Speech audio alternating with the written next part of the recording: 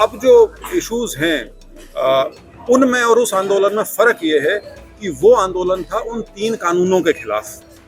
ये अब जो आंदोलन है ये उस आंदोलन के समय जो और मुद्दे रखे गए थे साइड के, ये उनसे संबंधित है। हाँ, लेकिन एमएसपी का इसमें मेन मुद्दा है। निजी तौर पे मैं बिल्कुल इसके पक्ष में नहीं हूँ। लोकतंत्र है, सबको अपनी बात रखने का अधिकार है, लेकिन मैं 20 साल प्रशासन में भी सेवाएं दी हैं, तो कानून व्यवस्था बनाए रखना भी सरकार का एक सर्वोपरि दायित्व है। कि मैं पिछले जब से आंदोलन शुरू हुआ है शायद 5 या 6 बार दिल्ली से चाहे हिसार आया हूँ, चाहे रोहतक आया हूँ या और कहीं गया हूँ। दिल्ली क्यों बंद कर रखी है मुझे समझ में नहीं आ रही, क्योंकि जो आंदोलनकारी हैं वो तो दिल्ली से अभी 250-300 किलोमीटर दूर है सारे के सारे। देखिए, मेरा तो जब पहले वाला आंदोलन था तब भी मुझसे जब कभी भी पूछा गया, मैं यही कहता था कि इन चीज़ों का हल सभी स्टेक होल्डर्स जो हैं जिन पे इसका असर पड़ता है उनसे बातचीत करके ही निकल सकता है।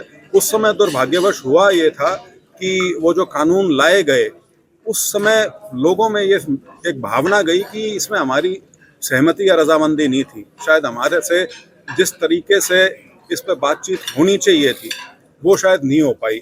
जो सरकार की मंशा या मैसेज था वो नहीं पहुंच पाया, जिस वजह से बहुत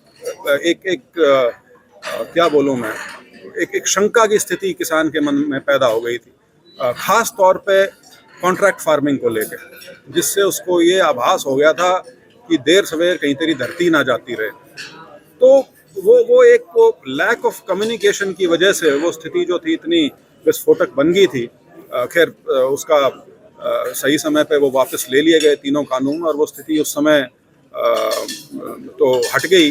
लेकिन अब जो इश्यूज हैं उनमें और उस आंदोलन में फ़र्क ये है कि वो आंदोलन था उन 3 कानूनों के खिलाफ। ये अब जो आंदोलन है ये उस आंदोलन के समय जो और मुद्दे रखे गए थे साइड के, ये उनसे संबंधित है। हाँ, लेकिन एमएसपी का इसमें मेन मुद्दा है।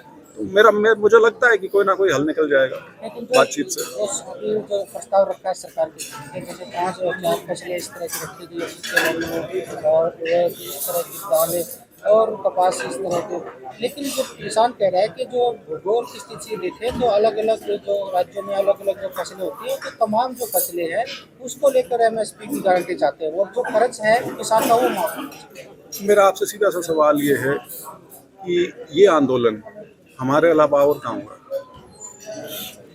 ये एमएसपी की सुविधा क्योंकि इस इलाके को करीब 5 दशकों से मिली है, इसलिए ये जो एक भावना आती है वो इस इलाके में ही ज़्यादा है। बाकी देश में तो एमएसपी की तर्ज पे वो गए नहीं हैं। तो और चाहे पिछला आंदोलन था चाहे ये आंदोलन है, ये भी जो उत्तर पश्चिमी भारत है उसी की उपज है और उन्हीं के जो इश्यूज हैं वही इसमें बेसिक फोकस में है। वो ठीक है कि देश से हो सकता है अलग अलग जगह से और जो किसान संस्थाएं हैं वो इनके समर्थन में आए, लेकिन उनके मुद्दे अलग हैं, उनके मुद्दे अलग हैं। लेकिन किसान को जिस तरह से अब की बार रोका गया है, कीले गाड़ दिए गए, देखिए, उस निजी तौर पे मैं बिल्कुल इसके पक्ष में नहीं हूँ।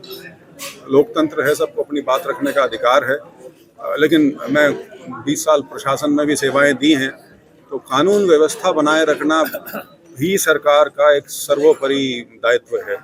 तो यदि उसमें सरकार को लगता है कि स्थिति बेकाबू हो सकती है, यदि बिल्कुल खुले तरीके से छोड़ दिया, तो वो उनकी सोच है। इतना मैं ज़रूर कहना चाहूँगा कि मैं पिछले जब से आंदोलन शुरू हुआ है शायद 5 या 6 बार दिल्ली से चाहे हिसार आया हूँ, चाहे रोहतक आया हूँ या और कहीं गया हूँ। दिल्ली क्यों बंद कर रखी है मुझे समझ में नहीं आ रही, क्योंकि जो आंदोलनकारी हैं वो तो दिल्ली से अभी 250-300 किलोमीटर दूर हैं सारे के सारे। तो दिल्ली में मैं यहाँ तक भी समझ पाता कि आने का रास्ता बंद किया हुआ है, लेकिन दिल्ली से बाहर जाने का रास्ता भी बंद किया हुआ है। सारी जगह तो नहीं, लेकिन कुछ जगह। तो वो चीज़ मेरी समझ से तो कम परे है।